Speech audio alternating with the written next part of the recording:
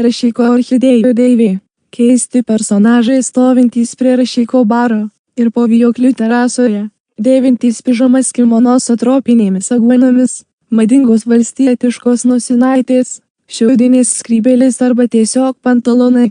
Įsivaizduokite ryškią paletę ant unikalaus vario nuogumo, vainikuota žalvariniu auksiniu permanentu, kruvinos burnos velniški nagai. Įsivaizduokite, kaip atrodo bepročiai, ir turėsite berniukišką pieno kokteilį, kuris smalsiai reikalauja maskuoti savo lytinį gyvenimą kelnėmis, ir pažiūrėkite į krosnyje rudų kojų tvorą, prisimenant rašyko barą, mažytį serverį Lietuvos globaliniam tinkle, atsispindintį šalia blizgančioje tekstų pagodoje, atkeltas funikulieriumi, gėrėt svetingą aperityvą.